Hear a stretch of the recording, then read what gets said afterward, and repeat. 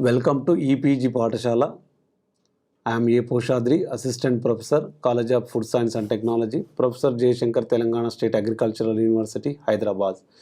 Today we are going to discuss a module on air classification techniques under the course of Advances in Food Science and Technology. So air classification techniques, the objectives of air classification techniques are to separate the material based on the size of the material, size of the fineness of the material. Okay, so end of this course, end of this module, we are going to learn about how this what are the air classification techniques are there to separate the material after grinding. So different particle size distribution, how we can separate, and what are the techniques are available, what are the mechanisms are there to separate the floors into different particle size distribution. Okay, that is all about air classification techniques. So air classification is a technological method of separating particulates according to their size as represented by particle equivalent diameter. The latter may be either geometric or hydrodynamic or aerodynamic equivalent diameter depending on the size measurement method used. So here, depending on the size of the material, so for example, you have a 1 kg of flour, 1 kg of flour or atta. Then you have a plan to separate that material into different size particles. So for example, 1 kg flour, when you separate the materials depending on the size of the material, particle size, for example, if you use a 500 size mesh, then all the material which passes through the 500 size mesh will be collected into other place, and the material which is above the 500 micron size will be on top of that mesh. Okay, so again that material, if you pass through some 853 micron size, and something will be passed from that 853 and something may retain on that. So that is the dividing lines. So when you are separating the material into two different or more than 2 or 3 or 5 different particle sizes also we can separate it. So that is very important in industry, this air classification technique. Why? Because for example, a particle, today you have a biscuit of for example, take an example of Good Day biscuit. So Good Day biscuit which is prepared in Hyderabad and which is prepared today, the taste of that or quality of that product is similar to the product which is prepared 1 month back in Chennai or 6 months back in Gurgaon. Also you will get the same taste and same quality, because they are maintaining the particle size, that air class, they are using the particle size distribution technique. That means they are analyzing the size of the particles of each floor particle. Then they fix that the distribution levels. For 500 micron size this much, 853 micron size this much, 200 micron size this much, 1 micron size this much. So based on the size optimization of the size of the particles, then once you optimize the size of the particle, then you can get the consistency in the product in any location or any point of time. You will get the similar taste, similar quality, similar flavor. So that is the end product quality objective. So that can achieve only through the air classification techniques. When you classify them properly, when you use these techniques properly, then only you can make it into a uniform product. So for example, if any material having one coarse particles and fine particles, so coarse is denoted as C and fine particles are denoted as F.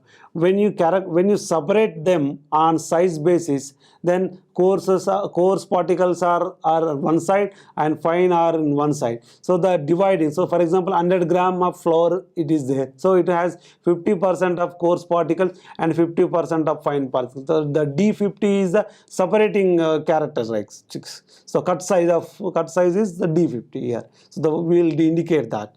So why these coarse particles or fine particles are mixing together, why they are not separating easily, means during processing what happens because of air turbulence, because of particle collisions. So either fine particles may go and mix with the coarse particles, or coarse particles may go and mix with the fine particle because of air turbulence or the particle collision. So because of anything. So particle, the quality of particle separation is characterized by mass contents of each fraction in the suitable product. An interior space of this is so where we separate this material. Any machine, if any machine is there, in that machine there is a space where air and particles are pumped together, where our particles are exposed together to the stream of air, and that space is called a zone where particles and air streams are passed in one place. Okay, that is called space zone. So space zone, an interior space of a classifying device where solid particles interact with the airstream, is called separation zone or a spacing zone, classification zone. There are 4 different types of separating zones are there, which includes gravitational counterflow. Another one is gravitational crossflow. Third one is centrifugal counterflow and centrifugal crossflow zone. These 4 different zones are there in any separation zone. Okay, so these 4 based on these 4 basic zones, and we will use the different techniques to separate the material into coarse and fine particles. When you look into the gravitational counterflow zone, the gravitational counterflow zone exists in airstream rising up with the velocity mu inside a vertical chamber with a parallel walls. Particles experience gravity g and drag forces acting in opposite direction. So because of this drag forces acting in opposite direction, the terminal velocity which is having more in case of coarse particles, they settle down in the bottom, or the fine particles will move in the airstream. So that's why when you go to the industry, you will see these coarse particles are settling down, or the fine particles are pumping through the dust collector or blower to the outside or into some other outlet. So that is when you go to industry, you will find always the large particles are depositing in the bottom, or the fine particles are moving in airstream into a dust collector bag, or through the blower to other outlet, or maybe to outside the factory. So this is because of the gravitational counterflow zones. Okay, here it can be the cut size D50 is calculated from the equilibrium equation. G is equal to Fd combined with 0 particles absolute velocity, that is VTS, is equal to mu. Next, gravitational crossflow zone.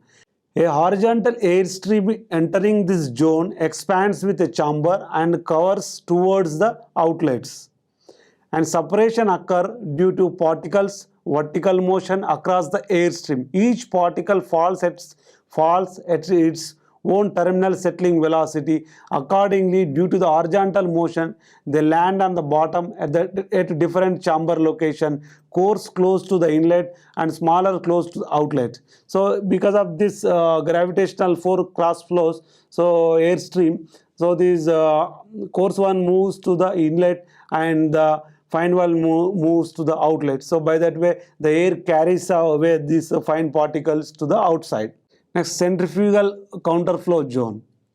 In centrifugal counterflow zone, the separation is characterized by a flat air vortex. So in centrifugal zones, we have a shaft, and because of centrifugal force, the lighter material will move towards the shaft, and the coarse materials will move periphery of the centrifugal machine. Then the coarse one will collected from the periphery of that, and the lighter material will move from the shaft. So for example, churning of the butter. So how butter will be churned? So churning, the butter is a cream, a fat. So the fat is the lighter weight material. So this fine material. So the lighter weight material will move in the butter churner to the wax and will collect it from other outlet. The heavier material, which is a buttermilk, so which is collecting from the periphery of the centrifugal bowl or butter churning bowl, during churning process. So similarly, same this centrifugal counterflow zone also, same the lighter material will move towards the axis of the machine, and the periphery of the machine you can collect the coarse particles. Next, the fourth one is the centrifugal cross flow zone. This zone may be created in an air vortex, for example, in a cylindrical chamber with inlet and outlet placed on the opposite sides of the chamber axis. The fed particles enters with the air stream through the wheel blades, which creates a screw type. Here also shaft is there, and on the shaft you will have a wire blades are there, kind of baffles are there. So when the material enters in the air stream, so the lighter material again will move towards because of this baffles action, the lighter material move towards the shaft and it will collect it, and the coarse material it moves to, it will be thrown out to the periphery of that bowel, and that will be collected in the centrifugal cross flow zone system. And to make better air classification, there are certain classifiers are there to classify the air's particle size distribution. We have a classification system of classifiers. One is gravitational air classifiers. You can see in the slide the gravitational air classifiers are there. One is counterflow classifiers with vertical rising flows, cross flow classifiers with horizontal air stream, cascade air classifiers or fluidized bed classifiers, inertial air classifiers, centrifugal air classifiers, vortex air classifiers, gravitational centrifugal air classifiers, rotor classifiers. These are the classifiers and we are using. In the picture you can see in the slide how these counterflow classifiers, vertical rising classifiers or gravitational, inertial, centrifugal classifiers picture. In the first you can see Franken or Bell gravitational inertial classifier. So where from the top of the picture you can see in the picture the primary air and feed is pumping from the top, and the coarse materials are settling down and the lighter finer particles are moving away with the air, and there are baffles are there inside. You can see that baffle system inertia. In the picture B you can see vortex. So it forms a vortex in a system. Vortex means eddies are forming. So in that eddies, so the coarse materials are transforming. You can see the coarse, so in that the big dot you can see, and air and feed is fed into the machine, and because of these veins, so fine particles are moving towards the axis, and the coarse particles are throwing out periphery of that vortex classifiers. Next, in the picture C, you can see a gravitational centrifugal classifier. So here air and feed is fed from one side, and because of this gravitational forces, so these are moving. The pure fine particles are moving out, and I said in first of this class, beginning of this class, that the fine particles always, when you go industry, the fine particles are blowing outside the industry, or sometimes if fine particles are collected in the dust collecting bags, and the coarse materials on other side, these coarse materials are collecting from other outlet. Next, counterflow classifiers with vertical flows. So these classifiers are used only for separation of coarse bulk materials containing two types of particles of well-differing sizes. For example, a material is having two different well-defined different sizes are there. In that case, we should go for a counterflow classifiers with vertical flows. For example, when separation is when you want to separate it more number, for example, winnowing of paddy. For example, in your field, when after harvesting of the paddy, people farmers doing farmer threshing their crops, and they collect the paddy into one place, that is called heap, and from that heap we take one by one lot, and we know that material, all lighter materials will chop away, the chaff kind of materials will blow off, and only the heavier material, the heavy density material will falls down. So the clean paddy can be collected, that unwanted materials will blow off from that place. Nowadays, this what you call mechanical winnowings have come. So because of this mechanical winnowing, all these lighter materials, particles will be carried out by the air, and the heavier materials will falls down at the bottom of that machine. So that in that case, so generally we use cross flow classifiers with horizontal air streams. So separation efficiency of these devices usually low. They are normally used for separation of solid particles according to density, example grain from a peel, rather than their size. Sometimes cross flow separation in horizontal streams is used in combination with other separation techniques. Cascade air classifiers. So cascade air classifiers, also called as zigzag classifiers. So here several inclined branches are there. For example, one elevator kind of dome is there. There are several zigzag outlet, zigzag round up thread kind of structure is there. So to clear, for example, what you call red graph. So Indian Institute of Pulse Processing Research, what you call Kanpur, they developed this zigzag kind of cascade air classifier. So they dump the material, they feed the material on top of the machine, and it moves through this cascade zigzag places. All the heavier material, for example, if you are separating, cleaning this what you call red gram dal, red gram PGNP. So that PGNP grains, if you feed into that machine, that heavier PGN grains will move down, the lighter material will be blown off from that machine. So this is an important machine, and we use in different application. Here there is an inclined rectangular cross sections are there in this machine. So because of that inclined nature, and these materials like dal, materials like round grains can move easily from that materials. Fluidized bed classifiers. So fluidized bed classifier means here, fluid means here we are pumping the air. So from the bottom we are giving heavy, what you call, high speed air stream we are pumping. Because of that air stream, so it carries away all the lighter materials, and the heavier materials will be in that machine only. So all lighter material will go off from that, go off with the air, and the heavier material settles at the bottom of the machine. Here fluidized bed classification plants, so in some parts of the world, they have designed this fluidized bed classification plant constructed with 400 meter cube per hour. So to separate the particle size of 52,000 micrometers. The efficiency of separation in fluidized bed classifier is about 90%. Okay, sometimes it varies depending on the material. The grid of changeable slope allows a controlling rate. So it has an incline, so it has a grid, and because of that grid mechanism, you can control the feed rates. In all this air classification system, we should have a control feeding. When you have a control feeding, and we can have better efficiency in separation. Next one, inertial air classifiers. Inertial air classifiers are the devices employed for fine powders, for example 40 to 400 micrometer, and also coarse particle. When the particle size of 40 to 400 micrometer, then you go for this inertial air classifiers. With these inertial air classifiers, we can separate the materials. In the Franken inertial air separator, in the previous slide we have seen that picture, that Franken inertial separators, how particle air mixture is moving from the top and how it falls down. And in this inertial air classifier, and the outlet pipe is inclined about 45 to 50 degrees angle. So because of that, then this material will move fastly, and it separates the coarse particles from the fine particles.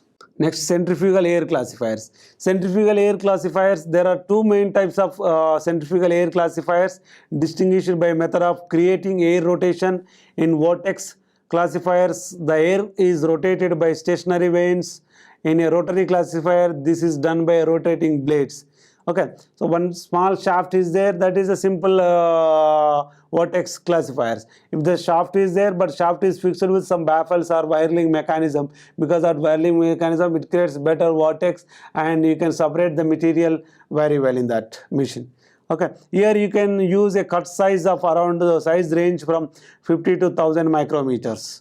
Smaller size particles may also be separated with these rotor classifiers, and the efficiency of separation may achieve in this centrifugal air classifiers is 80%.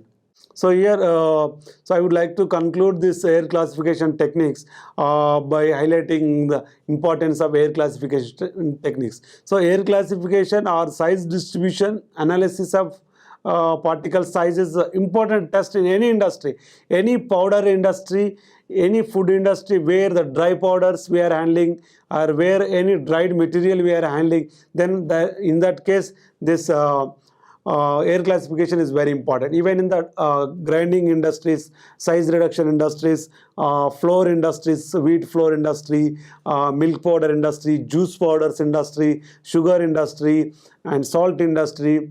In all these industries, air classification is very important. Without air classification, biscuit industry, chocolate industry, because you are using different dry ingredients in the form of powder.